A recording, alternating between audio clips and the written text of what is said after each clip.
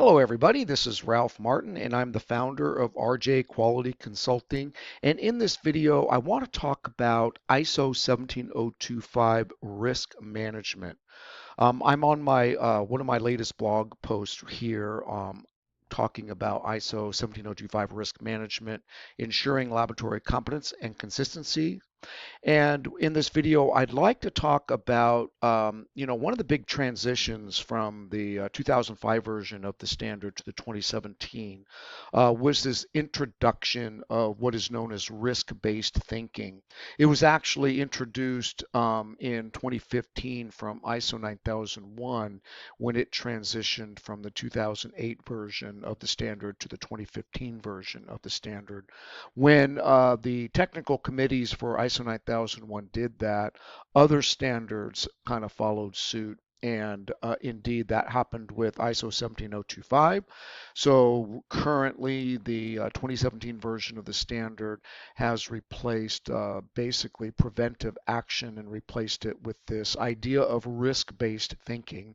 And I want to talk a little bit about that and what some of the documentation requirements are if your laboratory is looking to become ISO 17025 accredited, or you are also already accredited and you want to be preparing for an audit and what an auditor might look for. As most of you know who follow me, I am a certified ISO 17025 assessor for a very large accreditation body, and I do audit laboratories. And I can tell you from experience, this is an area where a lot of laboratories get nonconformities in because they are not following the requirements within specifically Section 8.5 of the standard. There are actually risk is kind of strewn throughout the standard. However, two main areas capture risk management for ISO 17025, and that is first introduced in Section 4.1, where it pertains to risk to impartiality. Laboratories shall consider risk to impartiality on an ongoing basis.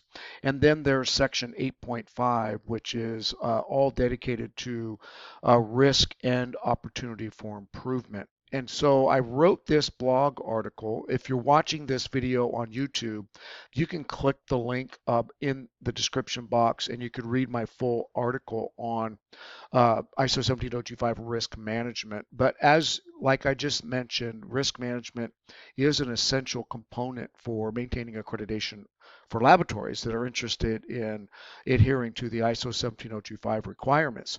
So as you go down this article, we talk about, some of the key takeaways, which is setting the stage for laboratories to adopt risk management, what the documentation requirements might look like if you wanted to show an auditor that yes, you indeed consider risk, and they of course will ask to see documentation to support that.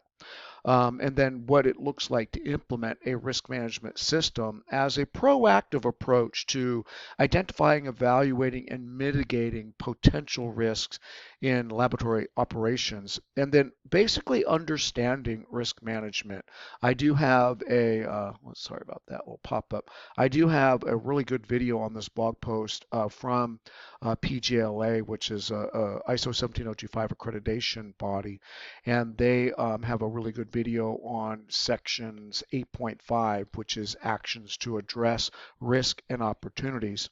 And then now, if you want to look at the requirements for ISO 17025, as many of you know in my videos, I like to go to the source. So I like to go right to the standard itself, and let's look at some of the requirements for ISO 17025 and as they pertain to risk and opportunities. So what I'll do is kind of expand this a little bit. Here's the copy of the standard. If first mention of risk is really in section 4.1 of the standard, which is really risk to impartiality. So if I go to section 4.1, it basically says in section 4.1.4, and it's a shall statement. So shall statements mean you shall. The laboratory shall identify risk to impartiality on an ongoing basis. Typically, an ongoing basis would be something that is scheduled or something you do frequently or on an ongoing basis, such as management review. So if you're discussing risk to impartiality during your management review and you're documenting that in your management review meeting minutes, you would be meeting this requirement. The other area where it talks about risk and opportunities is in section 8.5 of the standard. So there's a full section devoted to actions to address risk and opportunities. And another shall statement, the laboratory shall consider the risk and opportunities associated with the laboratory activities in order to, A through D, give assurance that the management system achieves its intended results, enhance opportunities to achieve the purpose and objectives of the laboratory, prevent or reduce undesired impacts or potential failures in the laboratory, and to achieve improvement, and that the laboratory shall plan actions to address these risks and opportunities and how to integrate and implement these actions into its management system, such as management review. And of course, there's in section 8.9 of the standard for required inputs to management review. That is another place where you see risk. If you go to section 8.9.2, under the inputs to management review shall be recorded and shall include information related to the following.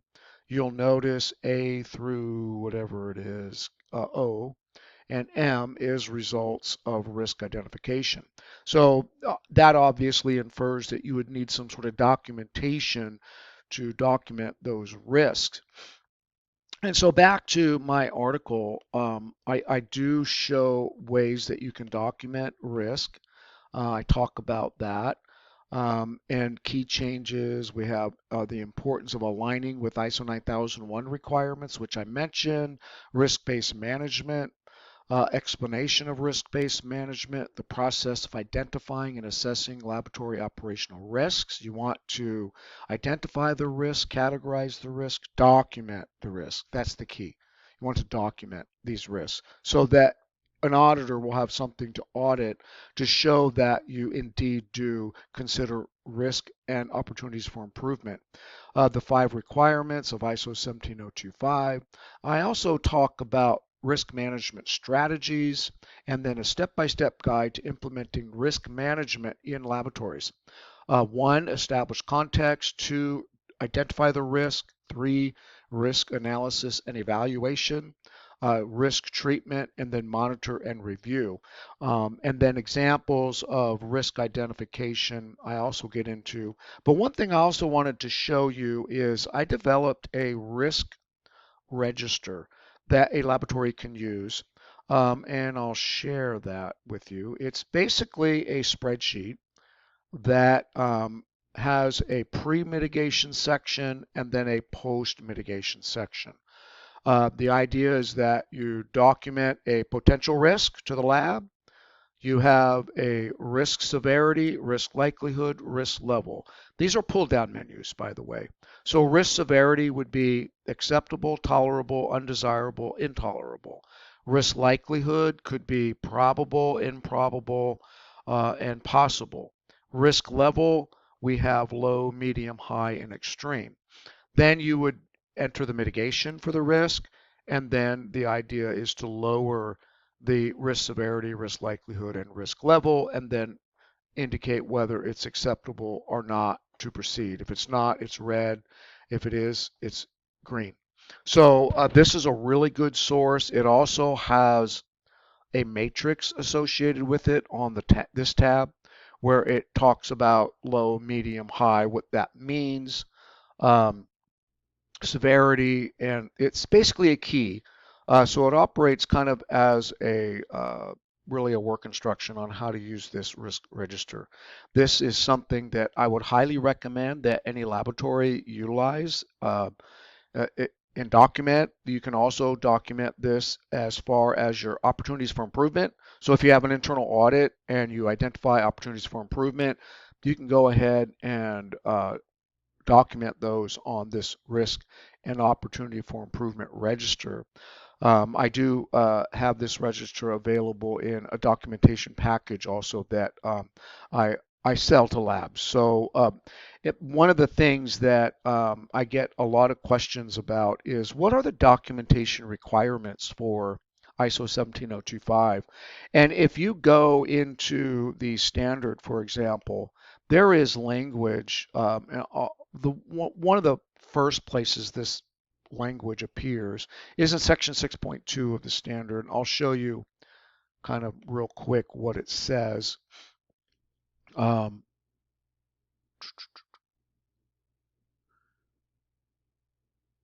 the laboratory in section 6.2.5. This is the first area where the standard actually calls out a required procedure. It says the laboratory shall have procedures for and retain records, and then this is a training procedure.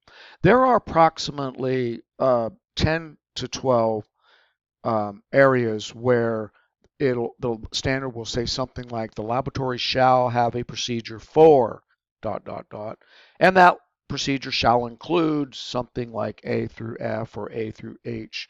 The reason I say about 10 to 12 is there are 9 areas where it specifically uses the word procedure.